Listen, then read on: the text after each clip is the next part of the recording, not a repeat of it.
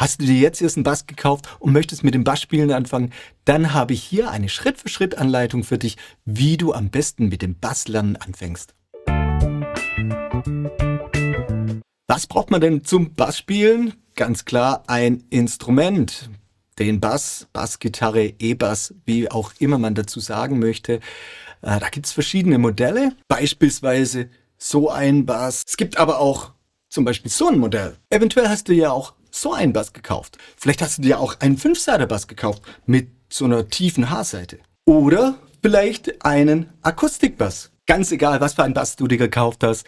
Am wichtigsten ist am Anfang nach dem Auspacken mal kurz zu checken, funktioniert denn alles, ist es alles denn da, wo es sein soll und wie ist der Bass denn eingestellt. Ich zeige dir das jetzt mal an dem Modell von der Jazzbass. So, das erste, was ich immer mache, wenn ich einen Bass in die Hand bekomme, ist erstmal schauen, wie ist denn die Saitenlage, nennt sich das. Das heißt, der Abstand der Saite zu dem Griffbrett, ist der groß oder eher klein? Das bekommt man natürlich, wenn man schon ein bisschen Bass spielen kann, leichter raus, wenn man dann einfach drauf spielen kann und merkt, das fühlt sich gut an oder nicht. Du kannst es aber auch relativ einfach sehen, indem du die Saite hier ganz unten an dem Griffbrett mit einem Finger runterdrückst und dann von oben hier mal so in der Mitte von dem Griffbrett durchschaust. Da sieht man dann quasi, wie weit die Saite von den Buntstäbchen entfernt ist. Wenn das so, sag mal, 2, 3, 4 Millimeter sind, eher 2, 3 Millimeter, dann ist soweit eigentlich alles okay. Wenn es weniger ist, kann auch noch super sein, dann ist vielleicht die Bespielbarkeit sogar noch besser. Wenn dein Finger durchpasst, dann ist definitiv die Seitenlage zu weit. Dann müsstest du mal entweder nachschauen im Internet, auf YouTube nach einem Video, wie man die Seitenlage einstellt. Das kann man relativ einfach selbst machen. Oder besser natürlich noch zu einem Fachmann gehen und mal den Bass richtig einstellen lassen am Anfang. Mal ganz kurz zu einem Bass überhaupt, was für Bestandteile hat er denn? Klar, das ist der Body. Da hinten, das nennt man die Brücke, wo die Saiten durchgeführt werden. Die laufen über solche Reiter drüber, wo die geführt werden. Da stellt man übrigens auch die Höhe der Saitenlage ein. Die Saiten laufen dann von der Brücke über das Griffbrett hoch bis zu der Kopfplatte. Hier findest du die Stimmwirbel. Das sind die Saiten drumherum gewickelt. Und mit diesen Wirbeln stimmt man auch die Basssaiten. Bei den meisten, bei eigentlich fast allen Bässen mittlerweile ist es so, wenn man von sich wegdreht, also man dreht quasi gegen den Uhrzeigersinn, dann spannt man die Saite, dann wird der Ton höher. Wenn man mit dem Uhrzeigersinn dreht, dann wird die Saite lockerer, dadurch wird der Ton tiefer. Das kann jetzt sein, dass es bei einem Bass von dir anders aussieht. Bei so Kopfplatten gibt es unterschiedliche Modelle. Ich zeige dir mal ein anderes Modell. Hier jetzt bei diesem Bass ist es so, dass der die Stimmwirbel hier unten auch hat. Hat oben welche und unten welche. Da muss man immer so ein bisschen aufpassen mit dem Drehen, in welche Richtung geht's denn jetzt. Das ist jetzt natürlich so ein bisschen seitenverkehrt, aber du hörst dann auch, beziehungsweise ich zeige dir nachher, wie das mit dem Stimmgerät funktioniert. Da klappt es dann auch alles. Aber sonst Body, Hals, Kopfplatte, Stimmwirbel, Brücke, Pick-up, der Tonabnehmer. Das ist eigentlich alles gleich bei allen Bässen. Was ich jetzt noch nicht gesagt habe, ist hier die Knöpfe, Potis nennt man die. Die hängen mit den Tonabnehmern hier zusammen. Eigentlich gibt es bei den meisten Bässen quasi so drei so Regler, die machen im Grunde immer das Gleiche. Einer macht die Lautstärke, mit dem kann man dann hochdrehen, dann hat man die volle Lautstärke. Mit einem kann man normalerweise hin und her wechseln zwischen vorderem und hinterem Pickup. In dem Fall hat es nur ein, aber da kann man zwischen denen hin und her wechseln. Und ein Regler macht den Ton, also ein bisschen mehr Bässe oder Höhen. Da gibt es jetzt unterschiedliche Modelle. Ich zeige dir das mal auf meinem Fender Jazzbass. Hier bei diesem Bass sind es jetzt 4 Potis, 4 Regler. Auch da habe ich hier wieder die Lautstärke. Hier regle ich zwischen dem hinteren und vorderen Pickup. Hier habe ich jetzt so einen Doppelknopf. Oben mache ich Höhen, unten die Bässe. Und das ist jetzt ein Bass mit einer aktiven Elektronik. Sieht man hier an so einem Batteriefach. Da werden die elektronischen Bauteile über eine Batterie gespeist und man hat mehr Möglichkeiten vom Sound, mal so ganz grob erklärt. Die haben hoffentlich bei deinem Bass auch dann die Möglichkeit hier von aktiv auf passiv zu schalten. Das heißt, wenn die Batterie mal leer sein sollte, dann kannst du im Notfall immer noch wechseln auf den Betrieb ohne Batterie, ohne Unterstützung der Klangregelung. Und sonst hast du halt hier die volle Klangregelung und meistens hier auch wieder einen Tonregler, der so eine Art Blend macht von deinem Preamp-Sound, der jetzt hier drin ist, mit der Batterie. Unterschied ist auch natürlich hier die Buchse, wo man das Kabel einsteckt. Die gibt es an manchen Bässen hier unten. Der Bass hier hat sie genau hier. Je nachdem unterschiedlich, da kommt das Kabel rein. Noch ein wichtiges Bauteil an dem Bass sind hier die Knöpfe für den Gurt. Auch die gibt es wieder in unterschiedlichen Ausführungen. Der hier ist jetzt so ein bisschen nach außen geöffnet. Da kommt der Gitarrengurt rein. Schiebt man so rein. Wichtig, der sollte wirklich gut fest sitzen, dass es nicht rausrutscht. Auf der anderen Seite natürlich genauso. Es gibt welche mit so einem Schließmechanismus, so Strap-Locks nennen die sich. Ich mache das bei meinen Bässen meistens so, dass ich für jeden Bass einen extra Gurt habe und schraube die dann direkt fest. Dann kann ich es mehr rausrutschen, der Bass kann nicht runterfallen, falls sich der Gurt mal lösen sollte. Das sind wir auch schon beim Thema mit dem Gurt. Du brauchst natürlich zu deinem Bass auch einen Gurt. Also es ist gut, wenn er ein bisschen dicker ist, kein so ganz dünner Nylon-Gurt, der mal schnell rutscht. Einstellen tut man den Gurt am besten so, dass deine Position im Sitzen so ist, dass du wirklich schön aufrecht sitzend, der Bass an dir liegt, gut den Bass in der Hand halten kannst. Und wenn du dann aufstehst, dass sich eigentlich die Position von deinem Bass gar nicht groß ändert. Falls du Heavy Metal spielen willst und den Bass irgendwie ganz unten hängen haben willst, dann kannst du es natürlich auch machen, solltest aber auch so dann üben. Macht wenig Sinn, im Sitzen so zu üben und nachher im Proberaum oder auf der Bühne den Bass hier unten hängen zu haben und dann die Sachen auf einen Schlag nicht mehr spielen zu können. Und auch was Wichtiges, was du brauchst, ist ein Kabel, ein Gitarrenkabel, auch Klinke-Klinke-Kabel. Bei so einem Kabel ist es ganz gut, nicht das billigste zu nehmen und auch kein 20 Meter Kabel, sondern acht drauf, dass die vielleicht 3, 5 Meter lang sind. Länger brauchst du wirklich nicht. Ein gutes Kabel, das wirklich stabil ist und feste Stecker hat. Den Klangunterschied zwischen den Kabeln, zwischen einem wirklich teuren Kabel und einem günstigen Kabel, den wirst du am Anfang gar nicht so hören oder bemerken. Aber was du auf jeden Fall bemerkst, ist die Qualität von den Steckern, Steckverbindungen und dem Kabel selbst. Achte drauf, es muss nicht das Allerteuerste sein, aber irgendwas so im mittleren Preisbereich. Es lohnt sich, lieber einmal gut kaufen als zweimal scheiße. Jetzt haben wir Bass, Gurt, Kabel. Was du auch noch brauchst, ist ein Stimmgerät. Das sieht entweder so aus oder so.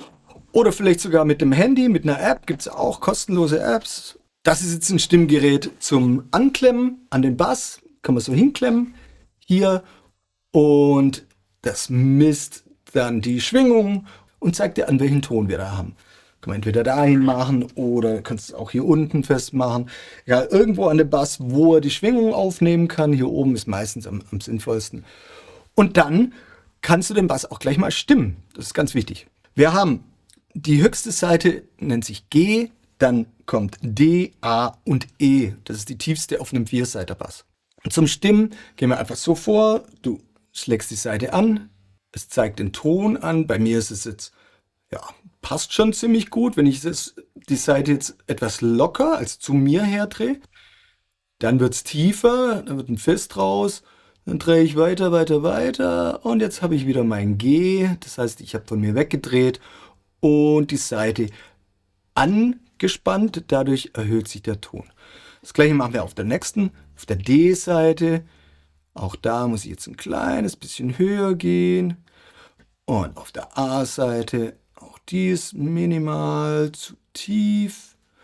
Und die E-Seite haben wir hier auch noch. Jetzt passt schon, ist gar nicht schwierig, aber man braucht ein bisschen Übung. Also das ruhig als Überroutine jeden Tag mit reinbauen. Stimm dein Bass jeden Tag, bevor du übst. Und lerne dabei ein bisschen das Gefühl dafür kennenzulernen, wie man die Stimmwirbel drehen muss, dass der Bass nachher stimmt. Um deinen Basssound hören zu können, brauchst du natürlich auch einen Verstärker. Im Normalfall kauft man sich am Anfang eher so einen kleineren Übungsverstärker. Da ist ein Lautsprecher und die Verstärkereinheit mit Klangregelung schon drin. Es gibt aber natürlich auch so größere Modelle hier mit ganz vielen Knöpfen, 2 Kanälen. Da kann man dann auch mit dem Kopfhörer direkt rausgehen, ein Handy mit anschließen oder sonst irgendwie was. Aber in den meisten Fällen bist du am Anfang mit einem kleinen Combo-Amp am besten beraten.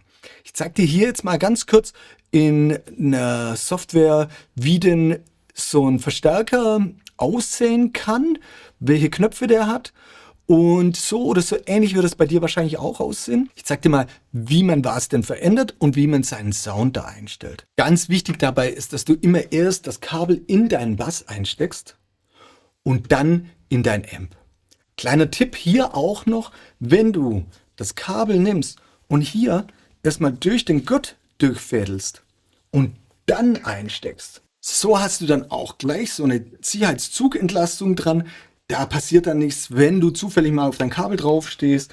Das ist dann fix arretiert. Der Stecker kann nicht rausrutschen und vor allem auch nicht abbrechen. Jetzt zeige ich dir mal hier an diesem Amp-Modell, wie man denn den Verstärker einstellt am Anfang.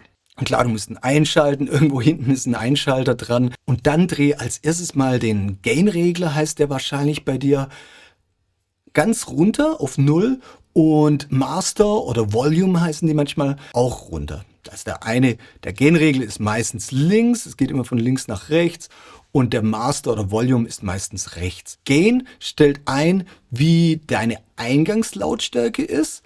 Das heißt, wie viel Power kommt denn von deinem Bass? Das ist unterschiedlich, je nach Instrument. Und Master oder Volume heißt, wie viel Lautstärke kommt dann nachher aus dem Lautsprecher raus. Das heißt, das ist deine Lautstärke, die du nachher in dem Raum hast. Dein Basssignal geht auch von Gain, links angefangen, über den Equalizer, die Klangregelung, von links nach rechts, Bass, Mitten, Höhen, zum Volume. Und genau so kann man eigentlich auch ganz gut den Sound jetzt einstellen. Wir fangen mal mit dem Gain an, spiel mal die tiefste Seite und reiß die ruhig mal ein bisschen stärker an, so dass wir ein bisschen einen Pegel haben, der höher ist als vielleicht beim normalen Spielen. Und jetzt drehen wir den Gain-Regler weiter nach rechts, um unsere Eingangslautstärke so einzustellen, dass es keine Verzerrung gibt. Und da bleiben wir ein kleines Stückchen drunter. Wenn du das hast, dann stell die Equalizer-Einstellung alle mal auf die Mittelstellung, 12 Uhr, und fang an langsam den Master bzw. Volume-Regler hochzudrehen. Jetzt müsste aus deinem Amp auch was rauskommen. Falls nicht, schau nach, hast du ihn wirklich eingesteckt? Ist dein Bass eingesteckt? Sind beide Kabel, also ein Kabel in deinem Verstärker drin, eins in deinem Bass, dann müsste jetzt eigentlich auch was zu hören sein. Und jetzt kannst du mal rangehen und einfach nur den Bassregler von links nach rechts drehen. Und zwar ruhig komplett nach links, komplett nach rechts, sodass du richtig einen Unterschied hörst. Du müsstest jetzt auch so richtig grundsätzlich mal das Bassfundament hören, wie sich das ändert. Das gleiche machst du bei dem Mittenregler, kräftig hin und her drehen und genau zuhören, was passiert denn mit dem Sound. Und dasselbe dann mit dem Höhenregler. Das ist ganz unterschiedlich, was da sich jetzt verändert vom Sound her. Es liegt ganz oft auch an dem Sound von deinem Raum. Wie klingt der denn selbst?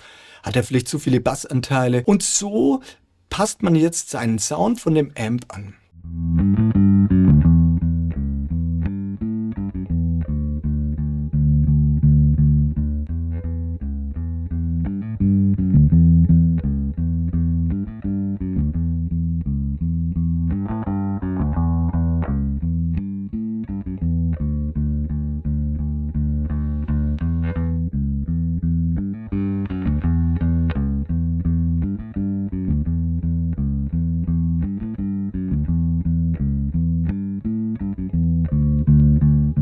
Sobald du mal ein bisschen besser Bass spielen kannst, wirst du aber auch feststellen, dass der Großteil deines Sounds eigentlich über deine Finger kommt, über deine Spieltechnik. Dein Amp und deine Regler, Tonregler am Bass selbst, die sind eigentlich nur dafür da, um bestimmte Sachen wieder zu korrigieren, wie dass der Raum irgendwie bestimmte Höhenanteile hat oder zu viel Bässe oder zu wenig Bässe und man das ausgleicht. Aber der Sound, der kommt zum Großteil aus den Fingern und aus der Technik, wie man denn den Bass spielt. Das war jetzt eine kurze Einführung in deinen Bassverstärker, was du da einstellen kannst.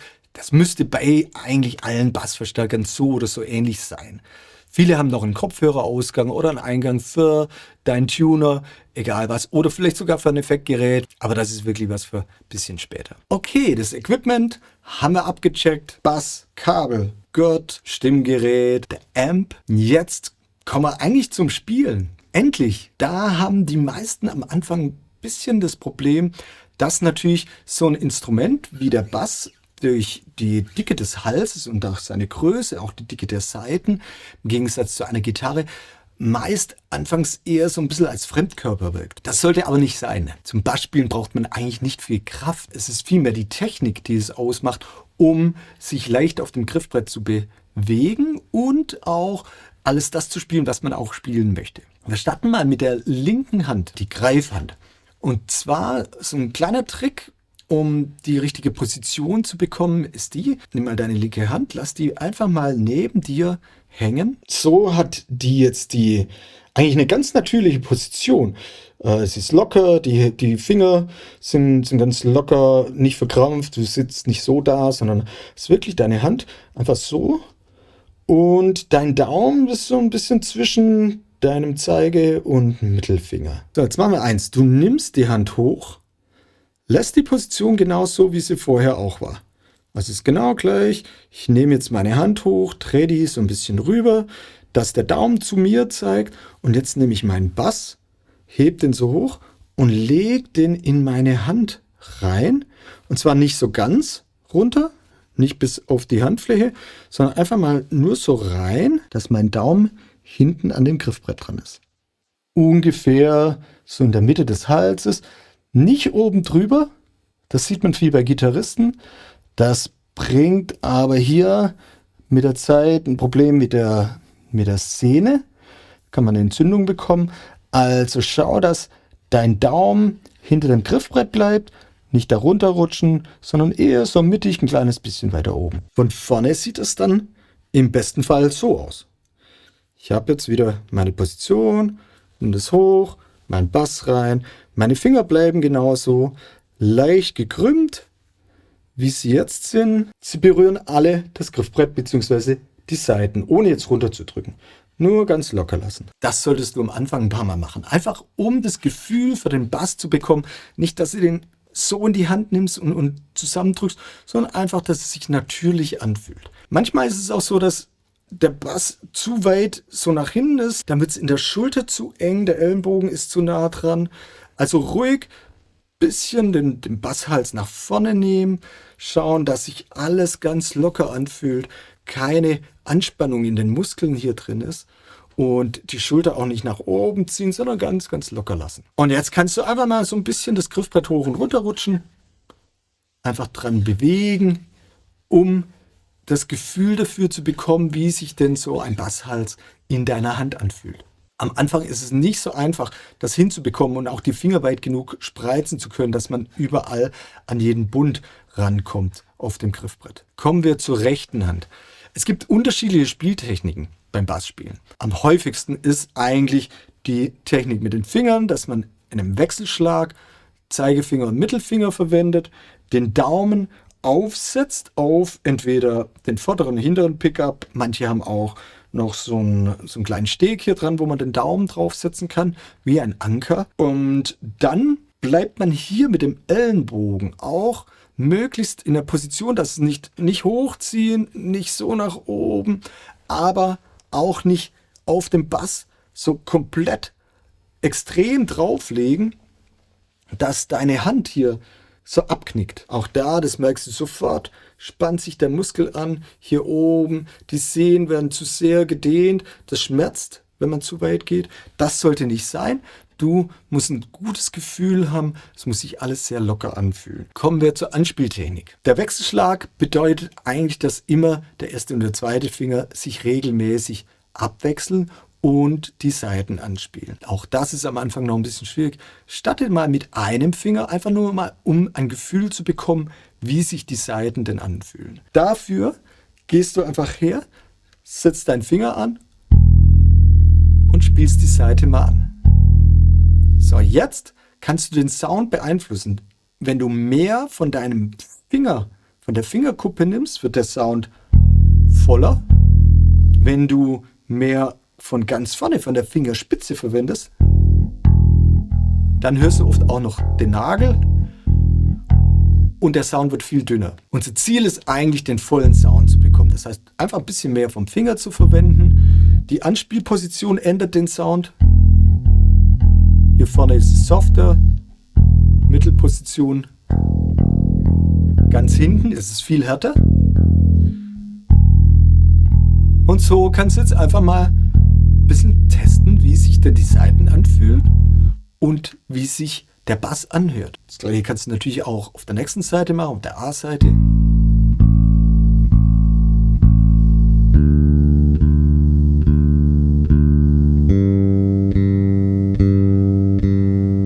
Beim Bassspielen ist es sehr wichtig, dass man die Saiten immer gut abdämpft. Anders wie beim Gitarrespielen, wo man ja oft mehrere Saiten gleichzeitig spielt, spielen wir als Bassisten die meiste Zeit einzelne Töne. Und du wirst es merken, wenn du einfach mal mit den Leersaiten rumprobierst, dass dann andere Saiten anfangen mitzuschwingen, wenn man sie nicht abdämpft. Das sind alles Störgeräusche, die den Sound schlechter machen und schlussendlich nachher auch dazu führen, dass es sich unsauber anhört, dein Spiel. Das sind alles Übungen, die findest du entweder bei mir auf dem YouTube-Kanal oder in meinem bassmap.de Blog oder auch auf bass-lernen.de in meinen E-Books und Basskursen. Da lernst du, wie du die Saiten abdämpfen kannst und wie du das verhinderst, dass es sich unsauber anhört. So, wenn du das hast mit einem Finger, dann machst du das gleiche mit dem Mittelfinger und irgendwann kannst du dich auch abwechseln. Erster und zweiter Finger. Und da ruhig mal erst auf den Leersaiten bleiben. Ganz toll ist, wenn du jetzt gleich schon anfangen kannst, zu einem Metronom zu spielen. Oder auf YouTube such dir irgendwelche Videos, wo Drumgrooves drauf sind. Nur die Drumgrooves. Und versuch mal da mitzuspielen. Einfach nur mit den Leersaiten mitgrooven, auf das Feel hören, das von dem Drummer kommt. Das ist eigentlich das Allerwichtigste beim Bassspielen. Das Zusammenspiel zwischen Schlagzeug, Bass und dem Rest der Band. Wir sind das Bindeglied zwischen Rhythmus und Harmonie und sorgen dafür, dass die komplette Band besser klingt. Okay, wenn das gut funktioniert, dann kann man jetzt kombinieren linke und rechte Hand. Da gibt es wieder ein paar ganz wichtige Sachen, die man beachten muss. Versuch, die Saite immer direkt hinter dem Buntstäbchen runterzudrücken. Du brauchst nicht so wahnsinnig viel Kraft, wie man denkt. Mach das Ganze mal ohne die rechte Hand. Drück die Saite runter auf das Buntstäbchen und versuch mal ein Gefühl dafür zu bekommen. Und jetzt kannst du mit der rechten Hand mal wieder Leersaite spielen. So, und jetzt drücken wir ganz langsam die Saite nach unten auf das Griffbrett. Ja, die Leersaite, jetzt lege ich den Finger mal drauf. Jetzt kommt so ein komischer Ton. Jetzt drücke ich die Saite immer weiter runter und irgendwann kommt ein Ton. Und du merkst jetzt auch, hier ist er gut, da schnarzt jetzt. So, das kann jetzt entweder daran liegen, dass meine Position hier falsch ist. Ich bin nicht hinter dem Buntstäbchen, sondern verrutscht dahin. Oder hier, ich verringere meinen Druck auf die Saite leicht. Jetzt wird es weniger und jetzt geht das Schnarren los. Das wollen wir vermeiden. Und das verhindert man, indem man den Finger einfach schneller wegnimmt. Und zwar nicht ganz weg, sondern nur so weit weg, dass er immer noch auf der Saite drauf liegen bleibt und danach stoppt. So bekommst du einen sauberen Sound. Wenn das mit einem Finger klappt, dann nimm den nächsten Finger dazu. Wenn es geht, lass den ersten Finger liegen. So kannst du gleich trainieren, dass deine Finger immer möglichst nah am Griffbrett bleiben. Das hilft dir später, wenn es etwas schneller wird, deine Finger immer in Position zu haben und immer die Seiten zu dämpfen. Das macht man ganz oft, indem man die Finger auf den Seiten hat, beziehungsweise in der Kombination aus rechter Hand und linker Hand. Aber auch das findest du in vielen YouTube-Videos auf meinem Kanal, in meinem basemiup.de Blog. Das war jetzt mal das Wichtigste, die ersten Schritte. Bass auspacken, alles Equipment checken und so die ersten Schritte auf dem E-Bass machen. Ich wünsche dir mega viel Spaß. Ich kann es nur jedem empfehlen, dieses super geile Instrument zu spielen. Es ist das geilste Instrument der Welt und macht so viel Spaß, mit anderen zusammen Musik zu machen. Wenn du Fragen hast, melde dich jederzeit. Viele Bassnoten und Übungen findest du auf meinen Internetseiten und hier auf meinem YouTube-Kanal. Abonnier den, hinterlass mir eine Nachricht. Ich würde mich freuen, von dir zu hören. Bis bald, viel Spaß. Ciao, ciao.